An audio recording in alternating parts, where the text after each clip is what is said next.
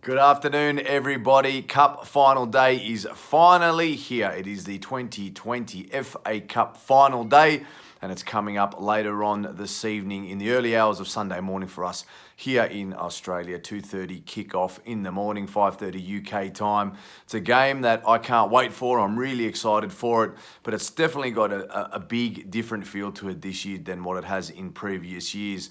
The FA Cup final 3 years ago was a day of my life I'll never forget. I happened to be in London at Wembley watching Arsenal beat Chelsea as massive 5-1 underdogs, coming not back from behind but just coming away with a victory, 1-0 up early, followed by a 1-1 equaliser, Diego Costa, after Alexis Sanchez opened the scoring.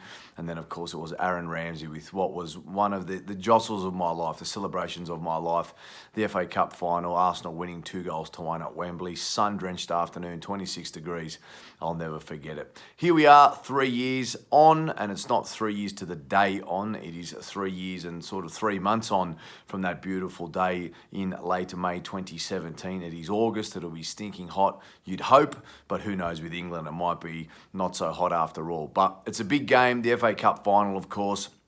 It is the showpiece occasion, and it is a game that we all still look forward to, and I believe that all the players and the coaching staff and everybody will be very, very excited for this match. It's the biggest game of the year for us, especially. It's been a season of disappointment for Arsenal and everybody involved in the club for a number of reasons at the start. However, it's been a season of real positivity as the season has progressed onwards, and it's finished up with a bit of a flurry from Mikel Arteta. Now, we often hear the saying that the league table doesn't lie, and in his pre-match thoughts, Arteta talked about that, the fact that Arsenal, 8th place this year in the English Premier League. It doesn't quite lie. It's our lowest finished for quite some time, and it was a very, very disappointing campaign overall. But there were some real bright sparks at the back end of the season, of course.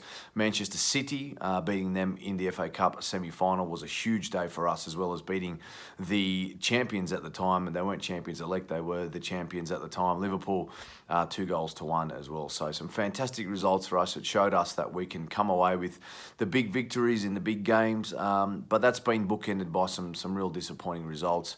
The last day victory was a positive one over Watford. However, conceding those 2 goals and not really doing a whole lot, in the second half of that game was a concern for me.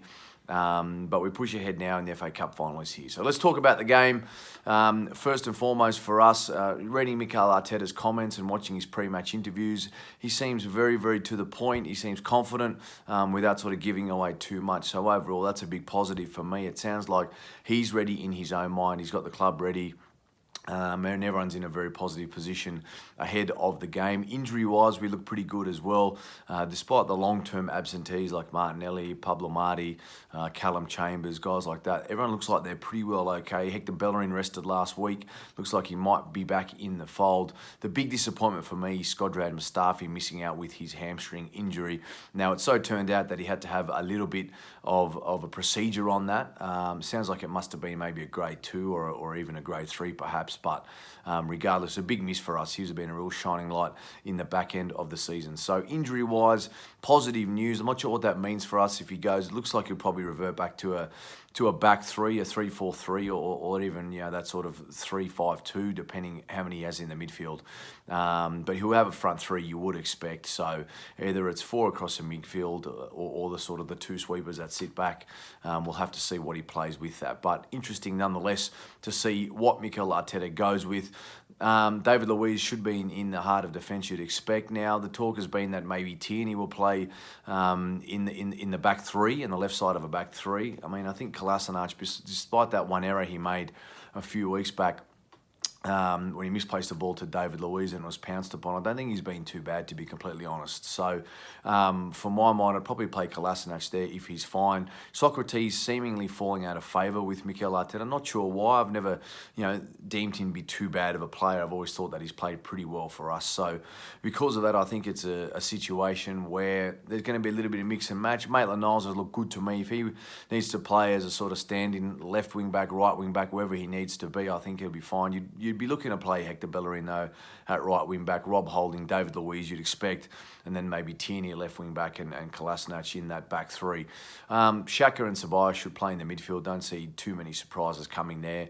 And then up front, I'm just not sure if it's going to be Lacazette, Aubameyang and Pepe, or Lacazette, Aubameyang and Bukayo Saka, who for me has been absolutely unreal in his entire season, and obviously signing on for a longer term is fantastic news for us. So that'll be the team. We come up against a Chelsea side who are playing really, really well. Frank Lampard's had a real breakout season in his first year managing Chelsea. For them, he's been fantastic. Did a great job with Derby before this, and he's in a position now where he looks to get his first trophy under his belt, much like Mikel Arteta, but they've had a bit more of a positive season in terms of results. They finished fourth, could easily have finished third in the English Premier League, but nonetheless, they've got Champions League to look forward to next season. And look, they've still got a second leg against Bayern Munich, albeit they probably won't get through. However, when you're in it, and that's the most important thing. Either that'll serve as a warm-up game for Bayern Munich as they press their charge on, or for Chelsea, it'll be a very big surprise coming back from that deficit.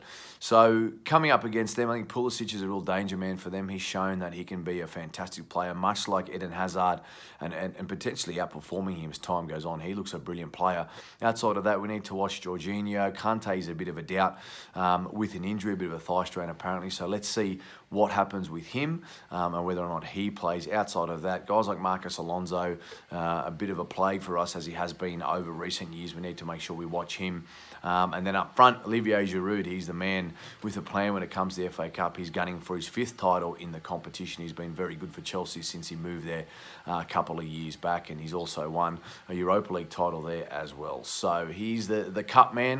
He's the man for the big occasion when it comes to the cup. So let's see what happens in that. I think the game is going to be one. I think it'll be a tight game, to be completely honest. I'm not sure both teams will go for it. I don't think it'll be like a Manchester City and Arsenal type of game where you have two, Manchester City going one way, Arsenal sitting back and counter-attacking, sort of two distinct styles of play. I don't think we'll see that. I genuinely think what we'll see is both teams pretty cagey. Wouldn't expect too many chances, especially early on. Both teams will not want to give too much away. But for us, it'll be making sure that we're in the game, we're solid the first 20 minutes to half an hour, taking our chances, and we'll be able to score the goals that'll win us the cup. I think it's going to be very, very tight. Like I said, I don't see us sitting back and countering. I don't see us going gung-ho forward either. We don't really have the ability to do that at the moment. I mean, we saw in some recent games us holding a lot of possession of the ball in Aston Villa, but doing nothing with it. Reminded me of some of the latter Wenger days of just doing nothing with the ball. And then we saw what can happen when we sit back and counter like we did against Manchester City and Liverpool. We have it in us to sit back and defend and do the right thing that way, but how we go actually pressing forward will be a big thing for us. I expect this to be a very tight game, minimal chances. I'm going to say a 1-0 victory for us, and it will be the finishing of Pierre-Emerick Aubameyang for us that does the job. We're outsiders in this one here in Australian betting. We're $3.50, so basically 7-2 to win this game in English betting. To me, that's a little bit longer than I thought. I thought both teams would be around about in Australia in terms of $2.50, $2.80 mark. But Chelsea at $2.50 are favourites in the win-loss market. And then you've got us at around about $3.30, $3.40. But I expect it to be tight. I think we've got enough in terms of our firepower. And if we can be as defensively drilled as we were against Manchester City in the semi-final and even against Liverpool, then we're a big, big chance. I think another man that'll have a big say today is David Luiz. There's talk of a bit of a fallout with him and Frank Lampard at the start of the season when he moved over. So the fact that he's with us now, he's decided to extend on as well. He'll be looking to put in a big performance. It's really a hit or miss with him. He's either the king or the pauper. So let's see what happens with David Luiz. But if he puts in a performance like Manchester City, then hopefully he can marshal that defence for us and we can win the game. I'm predicting us to win 1-0. I think it'll be tight. I think it'll be a low-scoring affair, but I think we can do the job and get our first piece of silverware under Mikel Arteta and what's effectively our 4th FA Cup in 7 years, extending that to 14 times champions. So, come on the boys, let's see how we go. We'll talk about the game come tomorrow in our review, but nonetheless, we're ready to go. The FA Cup final is here.